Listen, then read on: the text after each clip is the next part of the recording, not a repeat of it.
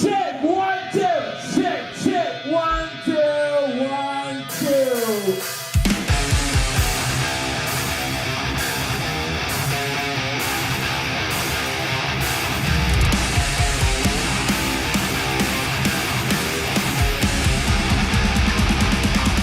Cette 14e édition, comme la 13e, comme la 12e, comme la 11e, et évidemment encore synonyme de succès. On était complet, donc 180 000 personnes sur l'édition du Hellfest. On était 37 000 sur l'édition du Knotfest avec nos amis de Slipknot. Le Hellfest est organisé par une association de loi 1901. Tout ce qui est généré sur le festival, évidemment, c'est devenu une grosse machine, je ne vais pas vous le cacher, avec plus de 27 millions d'euros de chiffre d'affaires. Mais on est extrêmement fiers que justement cette particularité nous permette d'investir à destination des festivaliers. La façon dont se déroule et s'organise le festival est devenue extrêmement professionnelle. J'en suis même moi hyper surpris. On a encore travaillé d'arrache-pied pour améliorer les conditions d'accueil des festivaliers, la nouvelle zone de restauration, le bois qui a été refait, enfin différents petits trucs comme ça. Le Hellfest est cher, j'en ai bien conscience, mais j'entends beaucoup de gens venir me voir en disant oui, mais ça les vaut quoi. Ça les vaut parce que vous mettez à disposition du public, enfin de tout le monde, des artistes, de tout le monde, des conditions qui sont vraiment professionnelles, qui sont vraiment appréciées. Donc on va continuer à faire ça parce que ça nous plaît vraiment, et malgré la fatigue, on est tous super contents de vous avoir, et donc voilà.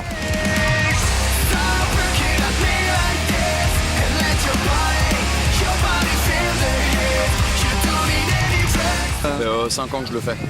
Bon, en tant que spectateur à la base, on y a joué il y a 2 ans et je reviens tout le temps en tant que spectateur. Je paye ma place, comme tout le monde aussi. We've never done this festival before, but we've heard about it, and man, it looks pretty amazing. Ça fait déjà quelques années qu'elles y vont, mais c'est vrai que pour moi c'est la toute première.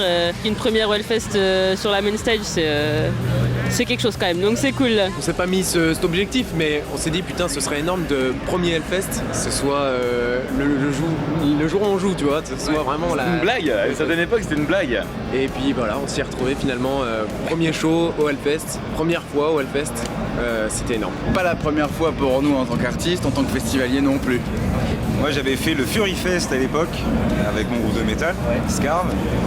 Et l'année dernière on était sur scène avec Mathieu, avec Hilo sur la Temple aussi. On a pu avoir une première expérience et une première énergie avec la scène Temple. Ouais. Like a lot of people, huge production, like the grounds are insane, so it should be good.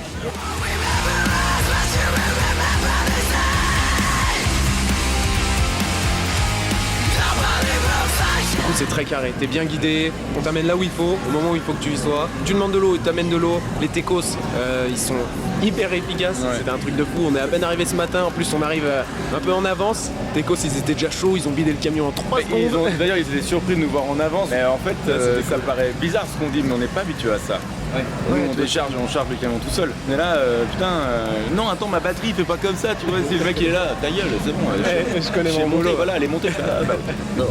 Même en tant que spectateur, même moi quand j'étais gamin, on a fait énormément de festivals qui n'arrivent pas à la hauteur du Hellfest. Au niveau accueil, au niveau sanitaire, ça n'a rien à voir avec ce qui se passe ici. Et je pense que c'est important quand même. C'est pas parce que tu vas en festival qu'il faut que tu pues du cul et que tu sentes la pisse. Quoi. Pour le moment, c'est pas une loi. Quoi.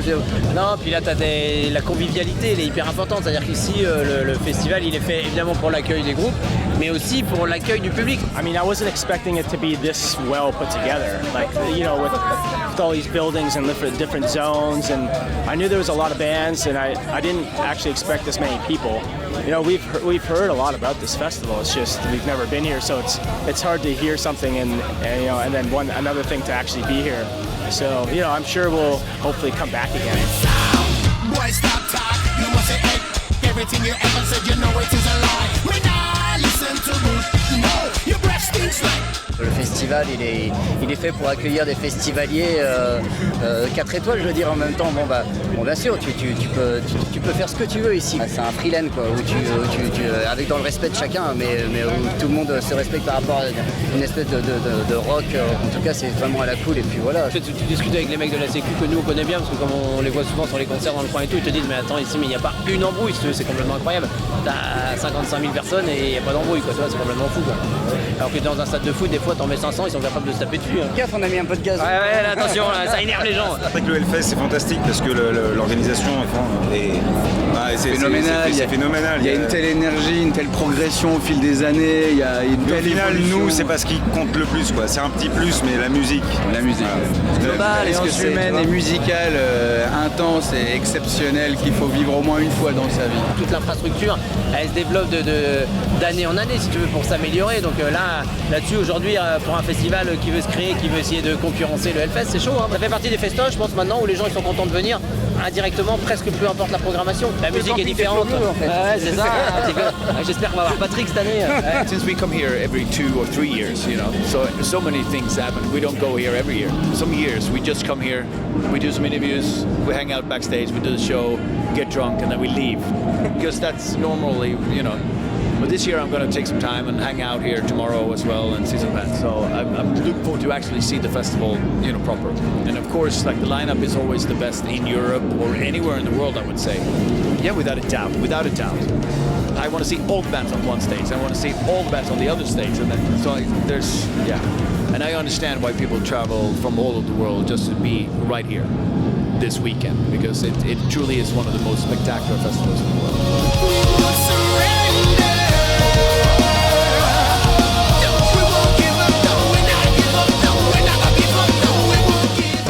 Il y a un débat sur le fait qu'il y ait des gens qui viennent au Hellfest et qui ne devraient pas venir parce qu'ils n'écoutent pas de métal et que du coup ils constituent une part du public qui vient juste ici pour se mettre en des transats et chiller comme ça. Moi je suis partagé parce que je pense que c'est grâce à des événements comme ça que le métal français. Exactement, donc je pense qu'il faut se servir d'un événement comme ça pour découvrir la musique quand on ne la connaît pas et venir avec le dessein de se dire je vais m'immerger dans un univers que je ne connais pas. Il faut venir avec une envie quand même de repartir avec quelque chose en plus. Pas juste pour dire on y était, faire un selfie à la con, et ben, tu vois. C'est comme les mecs qui découvrent un groupe et puis qu'au bout d'un moment ça devient très populaire et donc du coup ça leur appartient plus. C'est un côté mainstream pour eux et du coup voilà, c'est plus leur groupe, ouais. C'est plus, bah, tu vois, c'est plus leur festival. Ça a grossi, effectivement, ça a grossi.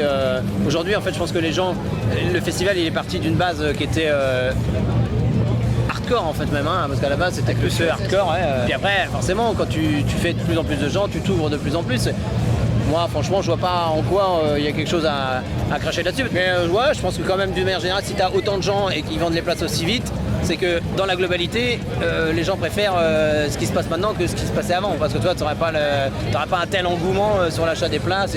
Donc effectivement, il y a toujours, quand tu prends une direction, il y a toujours des gens qui sont un peu déçus. Bon, ça fait partie de la vie. Tu peux pas plaire à tout le monde. De toute façon, ça, c'est impossible. Ah bah c'est énorme, enfin, c'est vrai que là tu goûtes, tu y retournes, c'est obligé là. We love France and we're gonna keep coming back. We'll be back next year. We'll be coming back to France forever, you know.